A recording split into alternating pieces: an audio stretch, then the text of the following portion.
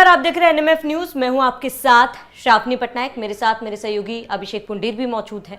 Operation सिंदूर के बाद जहां भारत ने पाकिस्तान को मुंहतोड़ जवाब दिया और उसके बाद भारत सरकार की तरफ से करीब 7 डेलीगेशंस विदेश भेजे गए पाकिस्तान को बेनकाब करने के लिए। इसी बीच अब पाकिस्तान ने भी भारत की नीति अपनाई है और पाकिस्तान की तरफ से भी कुछ डेलीगेशंस विदेशों में भेजे गए, जहां एक तरफ भारत का मकसद ये था कि आतंकवाद के खिलाफ तमाम देशों को एकजुट करके लाना है और पाकिस्तान को बेनकाब करना है। वहीं दूसरी तरफ पाकिस्तान का क्या मकसद है डेलीगेशन भेजने का, ये अब तक पाकिस्तान को भी शायद क्लियर नहीं है।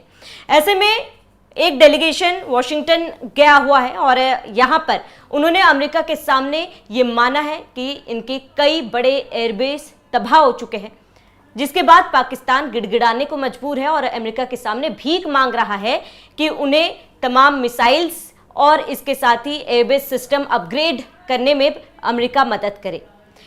ये जो पाकिस्तान की तरफ से फिलहाल डेलीगेशन की तरफ से मांग की गई अमेरिका के, ये साफ तौर पर उन बयानों से एकदम उलट है जहां पर पाकिस्तान के प्रधानमंत्री ने कई बार ये कहते हुए हमने देखा भी सुना भी कि हमने भारत को मुंहतोड़ जवाब दिया है, भारत के एयरबेस ठिकानों को हमने तबाह किया है, मिसाइलों को भी हमने खराब किया है। ऐसे में अभिषेक, आपको क्या लग रहा है, जो डेलीगेशंस पाकिस्तान की तरफ से भेजा गया है उनका मकसद क्या वाकई में कुछ सोच समझ के ये डेलीगेशंस भेजा गया है या फिर केवल भारत के ऊपर झूठा आरोप लगाने का ये डेलीगेशन का काम है? और इसके साथ ही जिस तरीके से अमेरिका के सामने पाकिस्तान फिलहाल गिड़गिड़ा रहा है, जाहिर सी बात है पाकिस्तान कितना बौखलाया हुआ है ये हम समझ सकते हैं। देखिए श्रावणी, इसे ना आप 3 फेज में समझिए। सबसे पहले आप याद करिए 22 अप्रैल को पहलगाम जिस दिन हुआ और भारत ने 5 तरीके के सैंक्शंस जब लगाए थे, जिसमें सिंधु जल समझौते को रद्द करने की बात भी शामिल थी। तो जो काम भारत ने उस वक्त किया था, जिस तरीके की ट्रीटी रद्द की थी या जो सैंक्शंस भारत ने लगाए थे, वही सेम कॉपी पेस्ट उन लोगों ने कर दिया था कि ठीक है हम भी वैसा ही करते हैं। वो एयर स्पेस बंद करने की बात हो या फिर वाटर का जो एरिया है उसे बंद करने की बात हो या फिर सिंधु जल समझौते को रद्द करने की बात हो, इसी तरीके से उन्होंने कॉपी पेस्ट किया। अब जिस तरीके से भारत ने अपने डेलीगेशंस भेजे, ठीक वैसे ही पाकिस्तान ने भी किया और वो भी बिल्कुल कट कॉपी पेस्ट था। अब इसमें खास चीज पता है आपको क्या है? खास चीज इसमें यह है कि पाकिस्तान ने तो इस हमले को माना है, पहले दिन से माना है कि हां भारत ने हमारे ऊपर अटैक किया ऑपरेशन सिंदूर के दौरान से। दूसरा, भारत ने कहा था कि उसने 9 आतंकी ठिकानों पर हमला किया और पाकिस्तान के 11 एयर बेसेस को ध्वस्त कर दिया, मतलब कुल मिलाकर 12 ठिकानों को उड़ाया भारत के द्वारा। लेकिन पता है आपको पाकिस्तान ने अपने डोजियर में क्या लिखा है? पाकिस्तान का जो डोजियर दुनिया के सामने जाएगा, उस डोजियर में उसने 28 ठिकानों का जिक्र किया। मतलब जो भारत की सेना ने नहीं भी बताए थे, पाकिस्तान की सेना ने, पाकिस्तान की सरकार ने वो भी बता दिए हैं। एक तो ये समझ लीजिए। अब दूसरा, जो आपने कहा कि मिसाइलों की मांग कर रहा है अमेरिका से अपने हथियारों के अपग्रेडेशन की बात कर रहा है, उसके पीछे एक लंबी कहानी है। कहानी कुछ ऐसी है कि PL-15 एक मिसाइल है चाइना की, जो चाइना ने पाकिस्तान को दी थी। पहलगाम हमले के तुरंत बाद 100 से ज्यादा मिसाइलों की खेप एक साथ भेजी थी और चाइना का ऐसा कहना है कि उसकी PL-15 जो मिसाइल है उसकी कोई काट नहीं है। उसमें खासियत यह है कि वो हवा में अपना ट्रैक बदल सकती है। उसमें लोकेशन, जिस लोकेशन को आप सेट कर देंगे उस लोकेशन पर ही जाकर वो फटेगी। कोई कारण हुआ कि वो नहीं वहां तक पहुंच पाई तो दुश्मन के हाथ में टेक्नोलॉजी ना लग जाए तो खुद को वो धमाका करके उड़ा लेती है। लेकिन तस्वीरें भी आप देख सकती हैं कि हमारे पास PL-15 की डिब्रीज मौजूद हैं। PL-15 मतलब बिल्कुल सही सलामत एक PL-15 भी पंजाब के होशियारपुर में गिरी थी, वो भी हमारे पास है, जिसका जो मतलब मलबा है उसकी टेक्नोलॉजी जो है उसे फ्रांस मांग रहा है, यूके मांग रहा है, अमेरिका मांग रहा है, ताइवान मांग रहा है। मतलब 5 आइज जो कंट्रीज हैं वो मांग रही है कि हम देखें तो सही कि क्या टेक्नोलॉजी लगी है। दूसरा, चाइना का जो सिस्टम है HQ-9 जो एयर डिफेंस सिस्टम है, चाइना को ने जो पाकिस्तान को दिया हुआ है, वो भारत की मिसाइलों को नहीं पकड़ पाया और नुकसान आपने देखा ही है किस तरीके से किया। आप एक खास बात और देखिए कि हमारा जो तेजस है वो उसकी स्पीड सिर्फ 1 मैक की है, मतलब आवाज की गति के जितना तेज वो चलता है। एक लाइट कॉम्बैट है। पाकिस्तान के पास GF-17 जैसे मतलब 5th जनरेशन का है या फिर 4.5 जनरेशन विमान है, चाइना के साथ उसने जो मिलकर बनाए हैं। हमारे तेजस ने GF-17 को लॉक कर दिया था, 1 घंटे तक लॉक करके रखा और वो प्लेन कुछ नहीं कर पाया। यही वजह है कि हमने लगभग आधा दर्जन 2 F-16 और 4 से 5 GF-17 मार गिराए, क्योंकि हम चाइना के उस सिस्टम को HQ-9 जो एयर डिफेंस सिस्टम है उसे लॉक करने में कामयाब रहे थे। दूसरा, चाइना ने यह माना है, मतलब ऑफिशियली चाइना ने माना है कि हमारा जो HQ-9B एयर डिफेंस सिस्टम है वो ब्रह्मोस की काट नहीं है, वो ब्रह्मोस को नहीं पकड़ सकता है। 7 तारीख की रात को हमने आतंकियों के ठिकाने पर हमले किए, उसके बाद पाकिस्तान ने का ईगो हर्ट हुआ, पाकिस्तान ने हमारे ऊपर हमला किया। उसके बाद हमने हमारा आकाश तीर सिस्टम हो या फिर S-400 हो या फिर जो लेजर गाइडेड छोटे छोटे हथियार हैं उनसे हमने पाकिस्तान के जो क्या नाम से ये आपका ये चाइना से जो ड्रोन्स आए थे, मिसाइल्स आई थी वो, और ये एक और तुर्की निर्मित जो ड्रोन्स थे उन ड्रोन्स को मार गिराया गया। तो अब मुझे लगता है कि पाकिस्तान ये समझ गया है कि चाइना जो हथियार बनाता है उनकी टेस्टिंग करता है वो पाकिस्तान को देकर। आपने ये सुना ही होगा कि चाइना का जो माल होता है वो चले तो चांद तक और नहीं चले तो शाम तक भी वो नहीं चलता है। यहां ये फाइनल हो गया कि चाइना का जो हथियार है वो शाम तक भी चलने वाला नहीं है। चाइना के हथियारों को जो कंपनियां बनाती हैं उनके शेयर्स लगातार गिरते जा रहे हैं। PL-15 मिसाइल जिस कंपनी को बनाने के लिए दिया जाता है उस कंपनी के शेयर भी घट गए। तो हो सकता है कि टेक्नोलॉजी इसलिए मांग रहा हो। लेकिन मुझे जो याद आता है, पैटर्न टैंक्स दिए थे अमेरिका ने पाकिस्तान को, लेकिन जब वो भारत के खिलाफ उसने इस्तेमाल किए तो उन टैंक्स की भी बेइज्जती करवाई, अपनी भी बेइज्जती करवाई और अमेरिका की भी बेइज्जती करवाई। अब F-16 भी ढेर करवा दिए, यहां फिर अमेरिका की बेइज्जती करवाई। तो समझ मुझे ये नहीं आ रहा कि क्या अमेरिका वाकई में अपने हथियार अब पाकिस्तान को देगा। हालांकि चाइना के बाद दूसरा बड़ा जो देश है, मतलब सबसे चाइना के बाद सबसे ज्यादा हथियार अमेरिका से खरीदता है पाकिस्तान, लेकिन अब देगा नहीं देगा, क्योंकि चाइना और अमेरिका के बीच भी एक अलग तलखी है। अमेरिका नहीं चाहता कि अमेरिका की टेक्नोलॉजी चाइना के पास जाए, क्योंकि चाइना जो है वो रिवर्स इंजीनियरिंग करने में माहिर है, किसी भी देश के हथियार को उसके जैसा बनाने में वो माहिर है। श्रावणी। बिल्कुल अभिषेक, क्योंकि जिस तरीके से आपने जिक्र किया कि चाइना का माल जो चले शाम तक ना चले तो रात तक, ऐसे में अभिषेक हमारा देश अगर भारत की बात करें, चाइना के छोटे मोटे सामानों पर भी बैन लगा रखा है। कई ऐसे सामान हैं जिस पर हम भरोसा नहीं करते, और जब बात मिसाइलों की आती है तब शायद मुझे लगता है अभिषेक केवल पाकिस्तान ही वही देश होगा जो चाइना के मिसाइलों पर निर्भर रहता होगा, क्योंकि पाकिस्तान एक ऐसा देश है जो कहता कुछ है और करता कुछ है, जिस पर शायद ही कोई और अन्य देश भरोसा जता सके। 81% इस लड़ाई में पाकिस्तान ने जो हथियार भारत के खिलाफ इस्तेमाल किए हैं उसका 81% हथियार चाइना का था, सिर्फ चाइना का। बाकी 19% जो बचा उसमें टर्की का भी था और अमेरिका का भी था। एक चीज रह गई शामनीज में, मैं एक चीज आपको बता दूं कि आपने दर्शकों ने भी देखा होगा कि नूर खान एयरबेस को किस तरीके से हमने उड़ाया है। नूर खान एयरबेस की इतनी चर्चा क्यों है?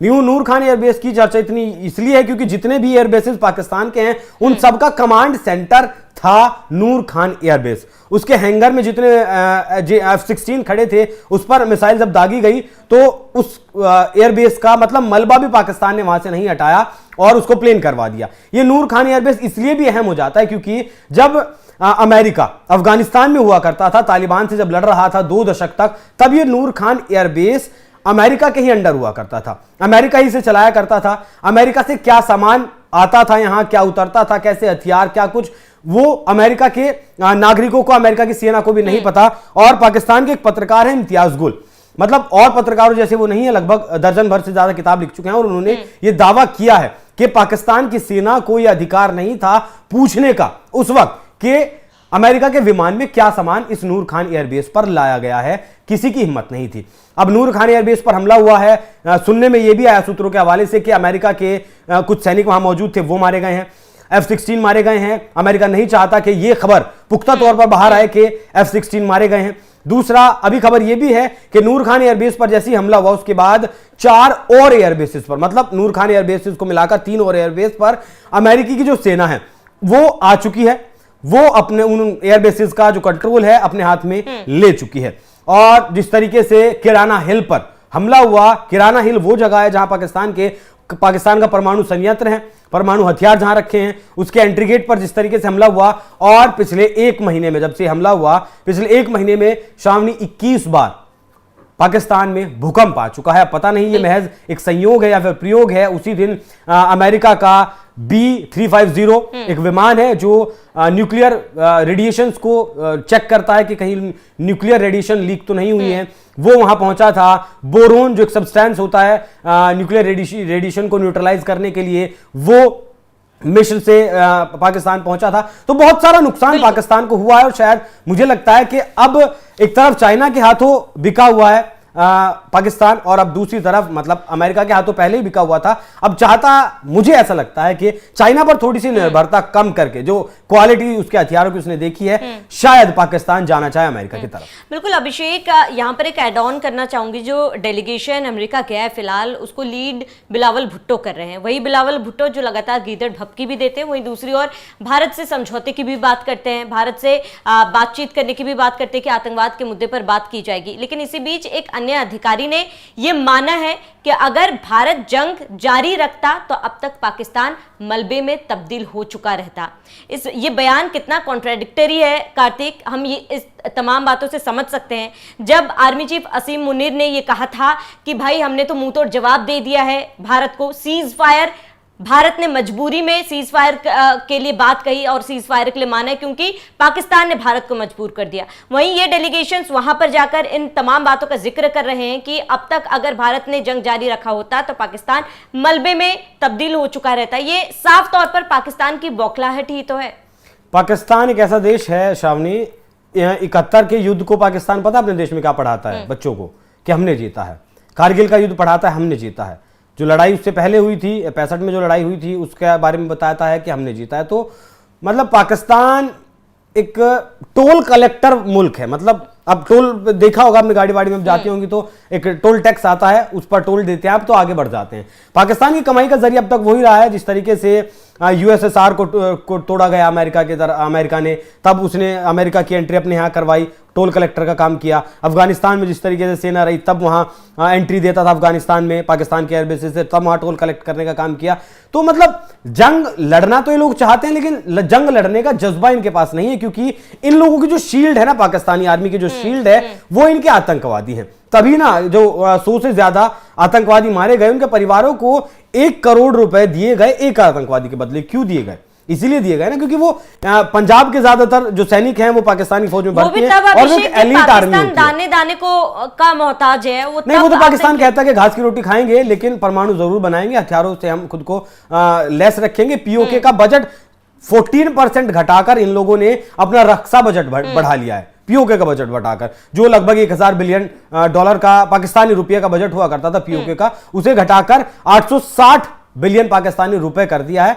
तो अब लगातार 5th जनरेशन फाइटर जेट भी चाइना से खरीदने की बात चल रही है। अब खरीदेगा नहीं खरीदेगा वो एक अलग बात है। तो पाकिस्तान मतलब नामचारे के लिए चुनाव तो करवाता ही है, हालांकि वो सेना का महाराज रहता है, वो एक अलग बात है, लेकिन जनता के बीच तो नेताओं को थोड़ा बहुत जाना ही पड़ता है। तो उन्हें क्या जवाब दे? उन्हें यही जवाब देते हैं कि हमने हिंदुस्तान को हरा दिया है। और जीत का जश्न भी इन्होंने मनाया था 7 तारीख के बाद, माफ करिएगा 8 तारीख के बाद इन्होंने जीत का जश्न भी मनाया था। इनकी सड़कों पर पटाखे वटाखे भी खूब फूटे थे। तो पाकिस्तान के लिए बहुत ज्यादा मतलब बहुत सीरियस होने वाली बात ये शामिल नहीं है।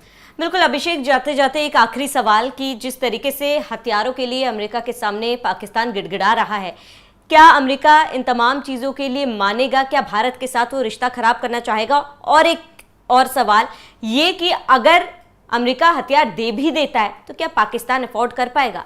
नहीं, देखिए इसके लिए ना आपको लोकेशन समझनी पड़ेगी। अभी मेरे पास मैप नहीं है, वरना मैं दर्शकों को समझाता कि पाकिस्तान और अफगानिस्तान का जो लोकेशन है ना, वो एक ऐसा लोकेशन है। पाकिस्तान में अपना एयरबेस अमेरिका ने क्यों बनाया? क्योंकि वहां से पाकिस्तान से वो हिंदुस्तान पर नजर रख सकता है, चाइना पर नजर रख सकता है, उधर अफगानिस्तान से आप ऊपर जाएंगे तो रशिया पर नजर रख सकते हैं। मतलब एक तरीके से कहें कि मिडिल एशिया ही नहीं, सेंट्रल एशिया ही नहीं, मतलब पूरे एशिया पर आप पाकिस्तान से नजर रख सकते हैं। इस तरीके की लोकेशन पर पाकिस्तान और अफगानिस्तान बैठे हुए हैं। इसीलिए पहले अफगानिस्तान में रशिया का होल्ड हुआ करता था, फिर 20 साल तक अमेरिका का होल्ड हुआ। वो लोकेशन की बात है। इसीलिए मैंने आपको कहा कि पाकिस्तान एक टोल कलेक्टर देश है। वो अपने यहां से एंट्री देता है दूसरे देशों में जाने की अमेरिका को, और अमेरिका मतलब चाइना पर नजर बनाए रखना ही चाहता है हर हालत में। अमेरिका बांग्लादेश में भी सेंट मार्टिन आइलैंड पर अपना जगह चाहता था, वहां एक बेस बनाना चाहता था। शेख हसीना ने नहीं दी, मतलब नतीजा क्या हुआ कि सत्ता पलट गई। तो पाकिस्तान चुपचाप हाँ में हाँ मिलाता हुआ उनसे पैसे जो है वो ऐंठता रहता है, अपनी कमाई करता रहता है। बाकी पता पाकिस्तान को भी है कि वो अमेरिका का सामना नहीं कर सकता, इसलिए अमेरिका की हाँ में हाँ रखता है। बाकी अमेरिका का सिर्फ ध्येय जो मकसद जो है वो यही है कि पूरे एशिया पर पाकिस्तान की लोकेशन से नजर रखी जा सके, बस, इससे ज्यादा और कुछ नहीं है। बिल्कुल अभिषेक, इसीलिए वो उसे हथियार भी देता है और अपनी गोद में आराम से बहला फुसलाकर वो उसे रखता है। बिल्कुल अभिषेक, और मुझे लगता है कि पाकिस्तान को अब इस गलतफहमी से बाहर निकल लेना चाहिए कि चाहे वो कितने भी हथियार क्यों ना कहीं से भी मंगवा ले, भारत का सामना वो नहीं कर सकता। अभिषेक, चर्चा में शामिल होने के लिए आपका बहुत बहुत शुक्रिया। ऐसे में आप सभी का क्या कहना है इस पूरे मामले पर, जिस तरीके से पाकिस्तान कहीं ना कहीं घुटनों पर आता हुआ नजर आ रहा है, भारत की तरफ से जिस तरीके से जवाब पाकिस्तान को दिया गया उसके बाद से पाकिस्तान बौखलाया हुआ है, हर जगह पर अनगल बयान तो दे ही रहा है लेकिन अब भीख भी मांग रहा है हथियारों की। फिलहाल आपका इस पूरे मामले पर क्या कहना है हमें कमेंट कर जरूर बताएं। साथ ही आप बने रहिए एनएमएफ न्यूज के साथ।